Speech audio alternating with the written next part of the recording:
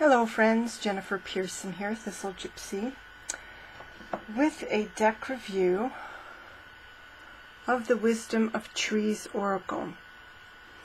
So, I don't know how I missed this.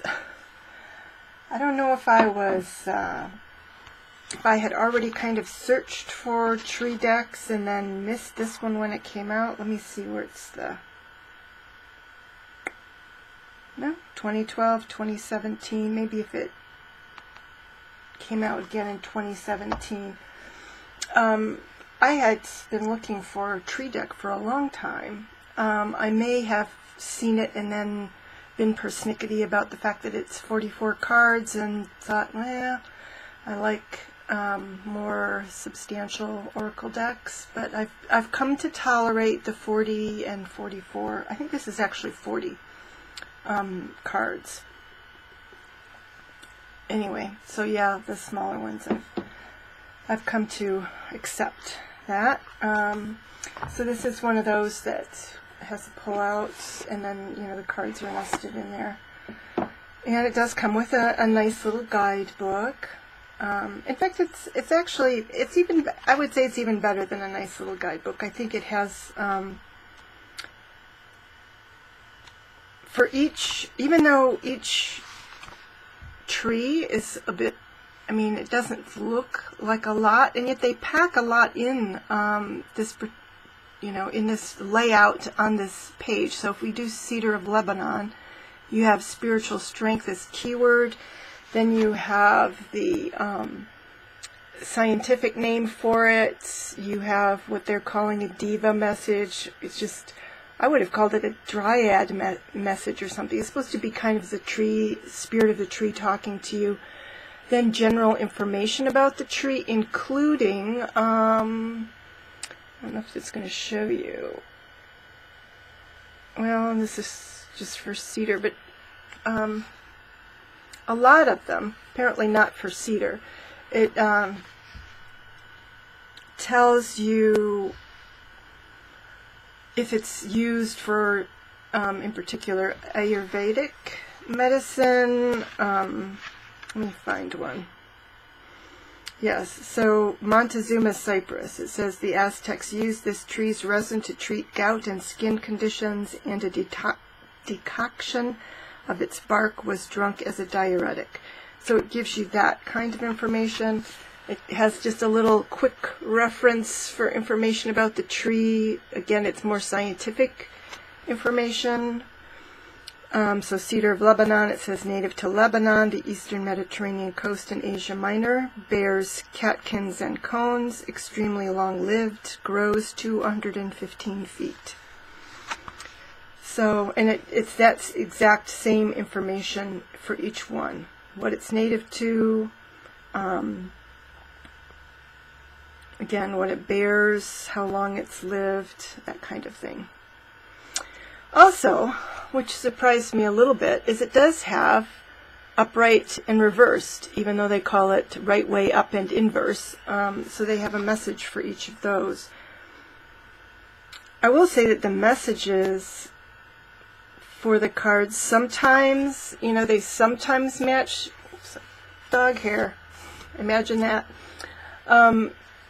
These messages sometimes match what I get out of this, and sometimes not so much.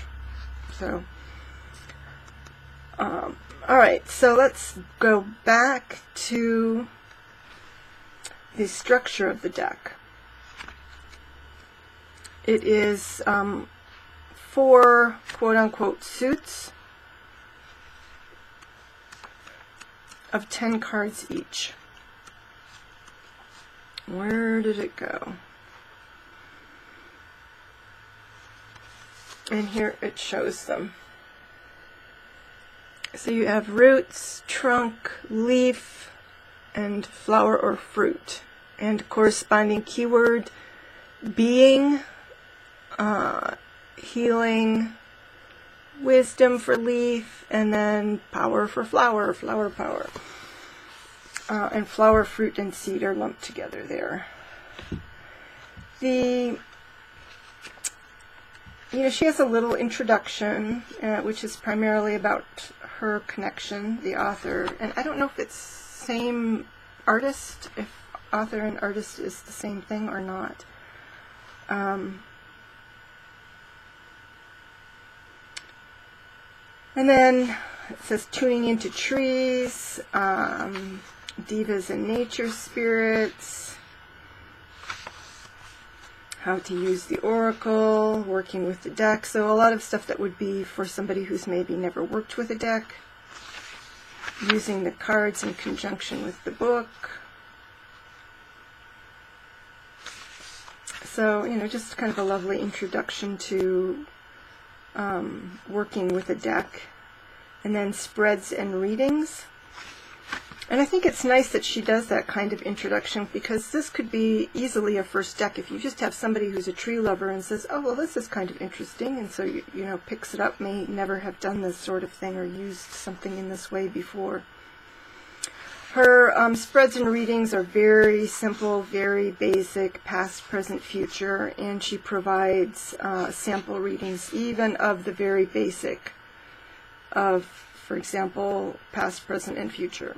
And then she does a horseshoe spread that pretty much, past influences, present, hidden influences, obstacles, so this, pretty standard types of positions. I find this little guidebook quite enjoyable to read. I'm not usually one. I'll read some of them, or I'll draw cards and I'll read some of the entries, but I just started reading this, and it's just it's quite pleasant to read about each of the trees. One of the difficult things about something like a tree deck is that it's hard to please everyone, because you're almost certainly going to leave out somebody's favorite tree. Why do they have this one and this one that are so similar, and they didn't do this one that's my favorite?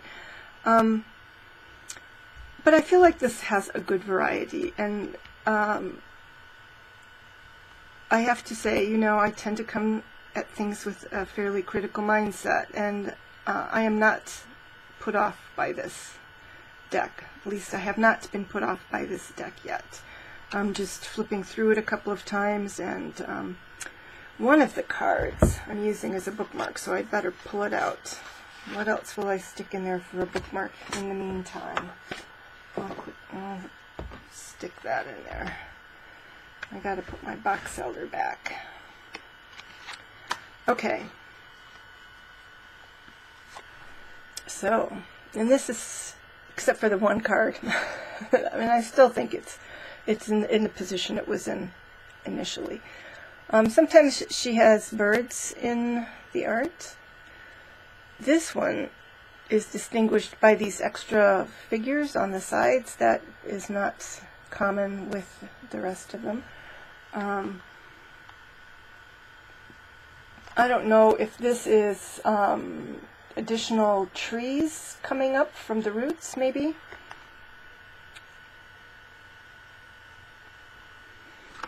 Okie dokie. So there's acacia, good old baobab.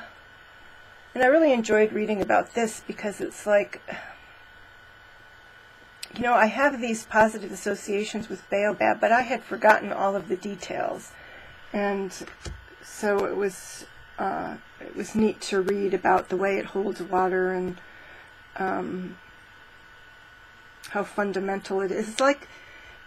It's like the buffalo of trees, the Plains Indians relied and got almost everything from the buffalo. And then the people living in the places where there are baobab trees is kind of the same. It provided virtually everything they needed. Good old cedar of Lebanon. The suits are marked by the color of the border. Suji. It's just neat to read about some of these trees. I didn't know about this tree, was unfamiliar to me, so it was very interesting. Banyan.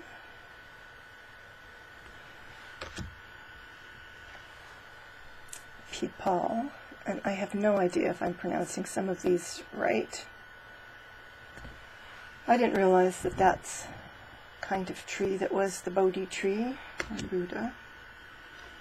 Bristlecone. And this was neat to read also because I didn't realize that how long they hold their needles and how it is that they survive. Why don't I just read that one? It'll give you some idea of the cool information she puts in here. Okay, so, and again, this is just, I'm going to read you this paragraph here. So it says, bristlecone pines are honored for their immense longevity. Some are thought to be the oldest single living organisms in the world. One, a Great Basin bristlecone, popularly known as Methuselah, is believed to be over 4,800 years old. The bristlecone pine survives for so long because damaged bark and wood die back, thereby sending sap to healthy parts of the tree. Old trees have several trunks and can support healthy crowns from a surprisingly small amount of living bark. So yeah, and I had no idea that that's the way, that was the strategy that helped them survive. I thought there was one, maybe it was a different tree, where the needles live a really long time. Anyway, onward. Monterey pine. This is the roots. This is the suit of the roots. Willow, and there are some subtleties there. There's the moon in the water. Looks like stars. And there's a note in the book that Celtic harps tended to be made out of willow wood. Montezuma. Now here's an oopsie sour note sort of a thing. This here looks like it's supposed to be Aztec with a headdress, but they didn't have beards like that. So it's so it ends up to me looking like a gnome, I don't know if gnomes are European or if they're Scandinavian, where they derive from. But yeah, it wasn't until, there's obviously the word Montezuma, and then reading a little bit, and it's like, wait a minute, that's not a gnome. It's supposed to be, I don't know, an Aztec deity or something. I don't know what the significance of the turtle is, other than that this is a water-seeking plant. And also, I could see that it's also representing it being something that's, a turtle spends time in the water and time on land, and it's been said that these cypress, they do survive and continue. If an area has been moist and that water level recedes or whatever. All right, so now we're entering the bark or trunk of the tree. So silver birch for its flexibility. Hornbeam for being so hard, also known as ironwood. And that's where I stopped. I haven't gone any further, so I won't be able to give you any other details about other trees. Indian bean. Camphor.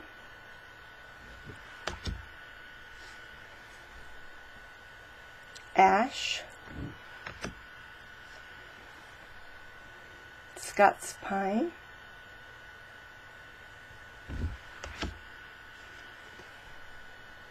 Oak.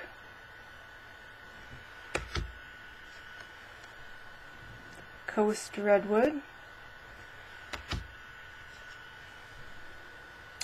Yew.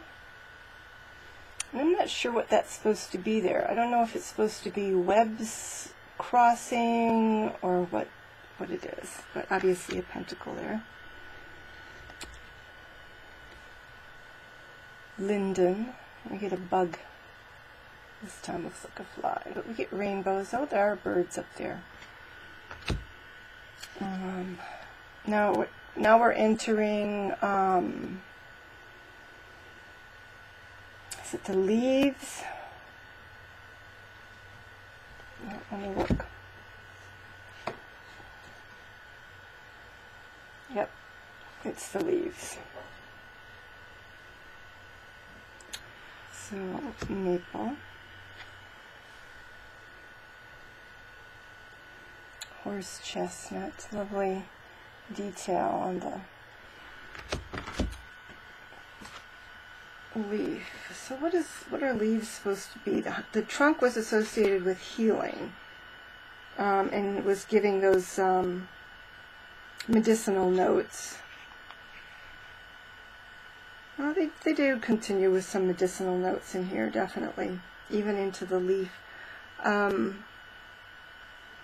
this is supposed to be wisdom.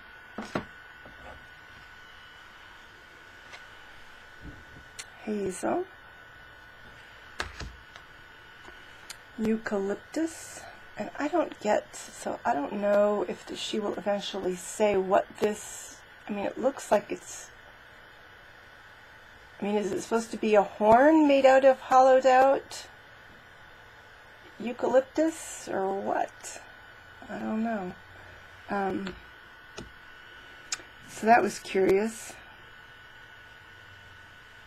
I definitely have positive associations with eucalyptus from my time in California, where they were planted. They're not native to California, but ginkgo.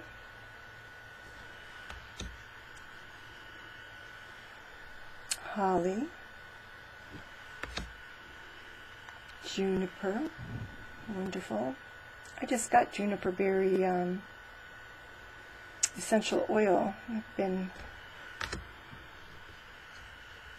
I got a little infuser thing kind of you plug in. So,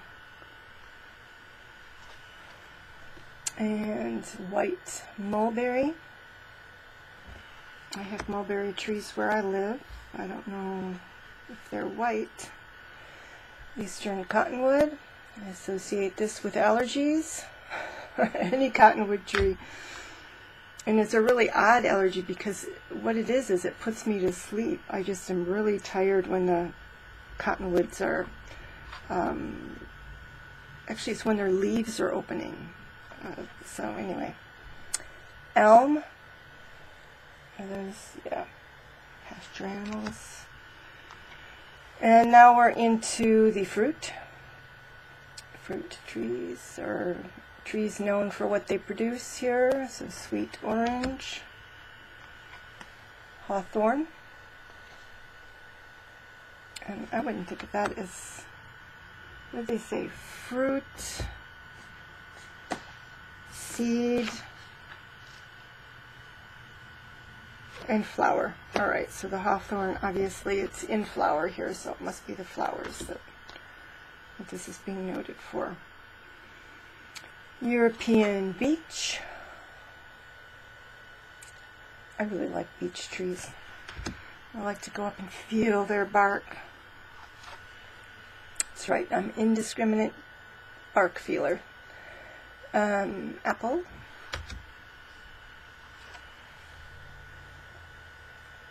Olive, date palm, cherry, pomegranate,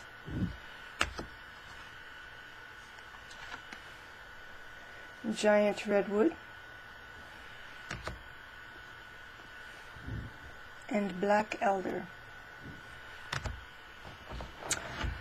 So there they are, folks. I'm very happy to have, I have my tree playing cards, but I'm happy to have this in the meantime because it will probably take me to the end of my life to create meanings and do research for a 32 or a 52 card deck of trees. So I'm so grateful that somebody has done the work for me with a 40 card deck. So anyway, and one whose art I like, and I like the guidebook, and because there were some tree oracle decks out there, and when I was initially looking for them, and I just didn't jive with me, even on computer, on camera, wasn't working for me. So very happy to have a tree deck. All right, everybody, take care. Bye-bye.